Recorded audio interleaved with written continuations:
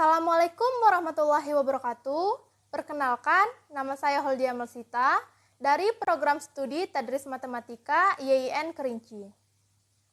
Dengan NIM 2110205001. Sini saya akan mempresentasikan materi mengenai komponen-komponen pendidikan Islam. Sebelum kita masuk ke materinya, ada baiknya kita mengetahui terlebih dahulu apa sih itu pendidikan Islam. Langsung saja, untuk mengetahui pendidikan lebih jelas, maka kita uraikan terlebih dahulu definisi pendidikan secara umum. Yang pertama, dalam Dictionary of Education dijelaskan bahwa pendidikan adalah proses di mana seseorang mengembangkan kemampuan sikap dan bentuk-bentuk tingkah lainnya dalam masyarakat di mana dia hidup. Yang kedua, suatu proses sosial di mana orang dihadapkan pada pengaruh lingkungan yang terpilih dan terkontrol, sehingga seseorang dapat memperoleh dan mengalami perkembangan kemampuan individual dan sosial secara optimal. Adapun pengertian pendidikan menurut etimologi atau bahasa, dalam bahasa Arab, pendidikan berasal dari kata tarbiyah dengan kata kerja robba, yang memiliki makna mendidik atau mengasuh. Jadi, pendidikan dalam Islam adalah bimbingan oleh pendidik terhadap perkembangan jasmani, rohani, dan akal anak didik sehingga bisa terbentuk pribadi muslim yang baik. Sedangkan pengertian pendidikan menurut undang-undang, yang pertama, di dalam Undang-Undang Sisdiknas tahun 1989, pendidikan adalah usaha sadar untuk menyiapkan peserta didik melalui kegiatan bimbingan, pengajaran, latihan bagi peranannya di masa akan datang. Yang kedua, di dalam Undang-Undang Nomor 20 Tahun 2003 tentang Sistem Pendidikan Nasional dijelaskan bahwa pendidikan adalah usaha sadar dan terencana untuk mewujudkan suatu belajar dan proses pembelajaran agar peserta didik secara aktif mengembangkan potensi dirinya untuk memiliki kekuatan spiritual, pengendalian diri, kecerdasan, akhlak mulia, serta keterampilan yang diperlukan dirinya untuk masyarakat, bangsa, dan negara. Sedangkan pengertian pendidikan menurut Ki Hajar Dewantara, pendidikan adalah tuntunan di dalam hidup tumbuhnya anak-anak agar mereka sebagai manusia dan sebagai anggota masyarakat dapat mencapai keselamatan dan kebahagiaan yang setinggi-tingginya. Dari definisi di atas, dapat disimpulkan bahwa pendidikan adalah suatu upaya atau proses mempercepat perkembangan manusia untuk kemampuan mengemban tugas dan beban hidup sebagai kodrat manusia yang memiliki pikiran, yakni manusia yang dapat terdidik dan mendidik. Pengertian pendidikan Islam menurut Haji Haidar Putra Daulay, pendidikan Islam adalah pendidikan yang bertujuan untuk membentuk pribadi muslim seutuhnya, mengembangkan seluruh potensi manusia, baik yang berbentuk jasmani maupun rohani. Sedangkan menurut Marimba, pendidikan Islam adalah bimbingan jasmani rohani berdasarkan hukum-hukum agama Islam menuju terbentuknya kepribadian utama menurut ukuran-ukuran Islam. Dari pengertian pendidikan maupun pendidikan Islam di atas, maka dapat diambil kesimpulan bahwa pendidikan Islam adalah usaha sadar untuk mengarahkan peserta didik menjadi pribadi muslim yang kamil dan berasaskan Islam. Pendidikan Islam merupakan hal yang terintegrasi dan tak dapat dipisahkan dari ajaran Islam itu sendiri. Selanjutnya, sebelum kita mengetahui komponen-komponen pendidikan Islam, ada baiknya kita mengetahui terlebih dahulu apa itu komponen. Komponen merupakan bagian dari suatu sistem yang memiliki peran dalam keseluruhan berlangsungnya suatu proses untuk mencapai tujuan sistem. Komponen pendidikan berarti bagian-bagian dari sistem proses pendidikan yang menentukan berhasil dan tidaknya atau ada dan tidaknya proses pendidikan. Bahkan dapat dikatakan bahwa untuk berlangsungnya proses kerja pendidikan diperlukan keberadaan komponen-komponen tersebut. Adapun bagian-bagian dalam komponen-komponen pendidikan Islam, yang pertama tujuan pendidikan, yang kedua pendidik, yang ketiga anak didik atau peserta didik, yang keempat metode, yang kelima kurikulum, dan yang terakhir evaluasi. Untuk yang pertama tujuan pendidikan. Adapun tujuan pendidikan Islam itu sendiri identik dengan tujuan Islam sendiri.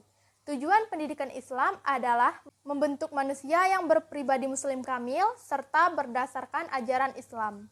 Ahmadi dan kawan-kawan mengatakan, tujuan pendidikan adalah agar anak didik dapat mewujudkan atau menikmati nilai-nilai hidup tersebut.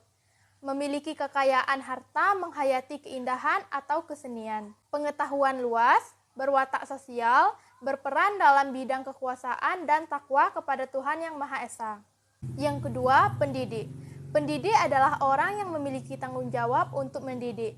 Sementara secara khusus, pendidik dalam perspektif pendidikan Islam adalah orang-orang yang bertanggung jawab terhadap perkembangan peserta didik, baik potensi efektif, kognitif, dan psikomotorik sesuai dengan nilai-nilai ajaran agama Islam. Dalam Islam, orang yang bertanggung jawab tersebut adalah orang tua peserta didik. Tanggung jawab itu sekurang-kurangnya dua hal. Yang pertama, karena kodrat, karena orang tua ditakdirkan pula bertanggung jawab mendidik anaknya. Yang kedua, karena kepentingan orang tua, yaitu orang tua berkepentingan terhadap kemajuan perkembangan anaknya. Sukses anaknya adalah sukses orang tua juga. Oleh karena itu, fungsi dan tugas pendidik adalah pendidikan dapat disimpulkan menjadi 3 bagian, yaitu sebagai berikut. Yang pertama, sebagai pengajar atau instruksional. Yang kedua, sebagai pendidik atau edukator. Yang ketiga, sebagai pemimpin atau manajerial. Salah satu komponen penting dalam pendidikan adalah pendidik. Terdapat beberapa jenis pendidik dalam konsep pendidikan, yaitu guru sebagai pendidik dalam lembaga sekolah, orang tua sebagai pendidik dalam lingkungan keluarga, dan pemimpin masyarakat baik formal maupun informal sebagai pendidik di lingkungan masyarakat. Yang ketiga, anak didik atau peserta didik. Anak didik atau peserta didik konotasinya adalah ada orang-orang yang sedang belajar. Anak didik lebih dititik beratkan kepada anak-anak yang masih dalam tahap perkembangan, baik fisik maupun psikis. Belum dewasa dan masih membutuhkan bantuan dan pertolongan dari orang-orang dewasa di sekitarnya. Anak didik atau peserta didik semuanya menjadi salah satu subsistem dalam sistem pendidikan. Keberadaan peserta didik dalam sistem pendidikan merupakan hal yang mutlak untuk berlangsungnya aktivitas pendidikan. Tanpa peserta didik, pendidikan tidak mungkin berjalan, sebab tidak ada gunanya guru tanpa anak didik. Adapun ciri khas peserta didik yang perlu dipahami oleh pendidik, yaitu yang pertama, individu yang memiliki potensi fisik dan psikis yang khas, sehingga merupakan insan yang unik. Maksudnya adalah, anak sejak lahir telah memiliki potensi-potensi yang ingin dikembangkan dan diaktualisasikan. Untuk mengaktualisasikan membutuhkan bantuan dan bimbingan. Yang kedua, individu yang sedang berkembang. Maksudnya adalah perubahan yang terjadi dalam diri peserta didik secara wajar, baik ditunjukkan kepada diri sendiri maupun ke arah penyesuaian lingkungan. Yang ketiga, individu yang membutuhkan bimbingan individual dan perlakuan manusiawi. Maksudnya adalah, dalam proses perkembangannya, peserta didik membutuhkan bantuan dan bimbingan. Yang keempat, individu yang memiliki kemampuan untuk mandiri. Maksudnya adalah, dalam perkembangan peserta didik, ia mempunyai kemampuan untuk berkembang ke arah kedewasaan. Selanjutnya, metode. Di dalam bahasa Arab, metode dikenal istilah thoriqah, yang berarti langkah-langkah strategis dipersiapkan untuk melakukan suatu pekerjaan. Bila dihubungkan dengan pendidikan, maka strategi tersebut haruslah diwujudkan dalam proses pendidikan, dalam rangka pengembangan sikap mental dan kepribadian agar peserta didik menerima pelajaran dengan mudah, efektif, dan dapat dicerna dengan baik.